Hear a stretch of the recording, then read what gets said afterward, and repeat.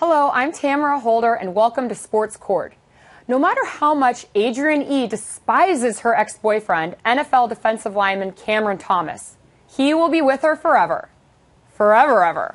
According to her $25,000 lawsuit, Thomas's pus-filled bumps on his buttocks were not from sweaty spandex, but allegedly from the incurable herpes STD. Miss E also claims Thomas choked her and burned her with an iron. Joining me is a man who knows a lot about professional athletes and the trouble they find themselves in, hopefully not a lot about herpes, Agent Leigh Steinberg. Hi, Agent Steinberg. Hello, and welcome to Jerry Springer. Yes. I think that the critical key in athletic behavior is to understand that they're always under a microscope, and the ubiquitous cell phone means there's never any privacy. So they're under a higher standard in romantic relationships or any other interaction to act carefully and appropriately. If they don't, they'll see their face up on the evening news. I would not want to be the player going through life associated as now starting guy? at left tackle, Mr. Herpes.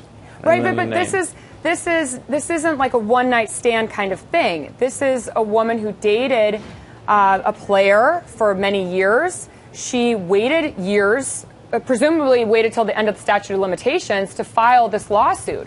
And in this, she claims she was a victim of battery. It's a crime. So does it hurt her case that she never went to the police?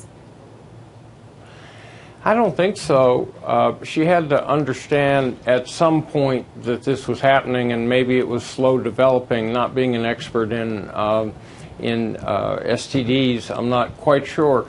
But the point is that it is a form of invasion and battery to give a sexually transmitted disease to somebody else. Well, especially if it's knowingly. She said that he should have known and that he denied it. Another thing is that she tested for it while they were together. She was negative in the beginning, and then 5 months later, after they broke up, she tested and it was positive. So you're a lawyer as well as an agent. Doesn't causation seem impossible to prove that he's the one that gave it to her? It would depend on what her romantic life had been like and what facts that they can show.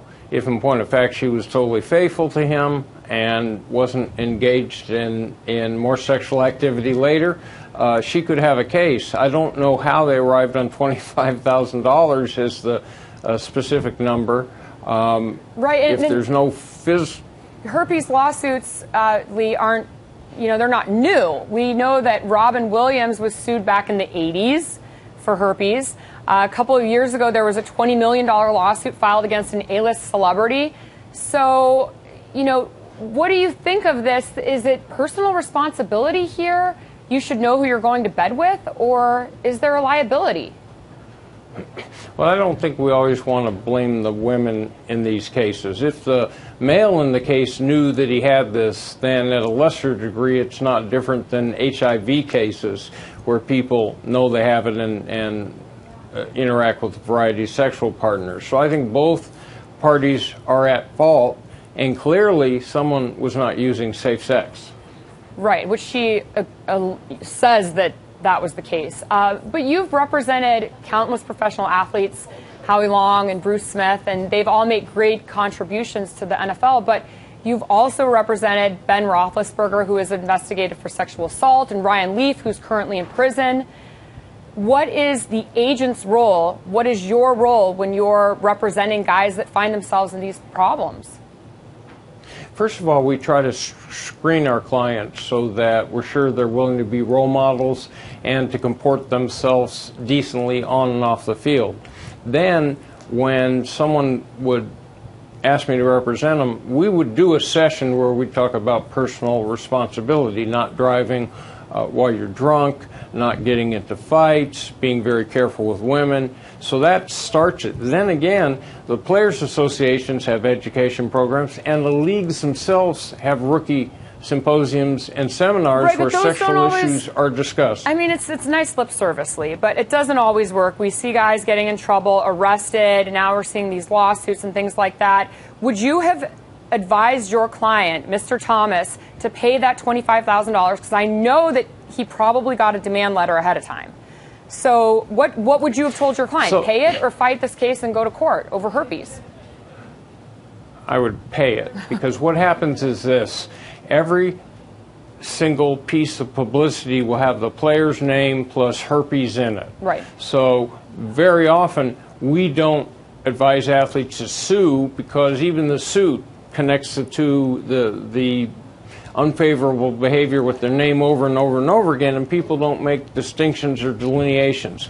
For the embarrassment factor alone, it was worth paying the person, and it's certainly, there's a moral obligation to try to be careful not to transmit diseases. So, so many times you will see athletes or other people who will get stubborn in these situations, not take responsibility, because at the end it all comes down to personal responsibility. Correct. And I have to be personally responsible for telling you that this segment is over. I would love to talk to you more about representing clients and all of your experiences, but we have to cut it short for now. Please follow Leigh on Twitter at Leigh Steinberg. That's Leigh Steinberg. I'm Tamara Holder, and Sports Court is adjourned.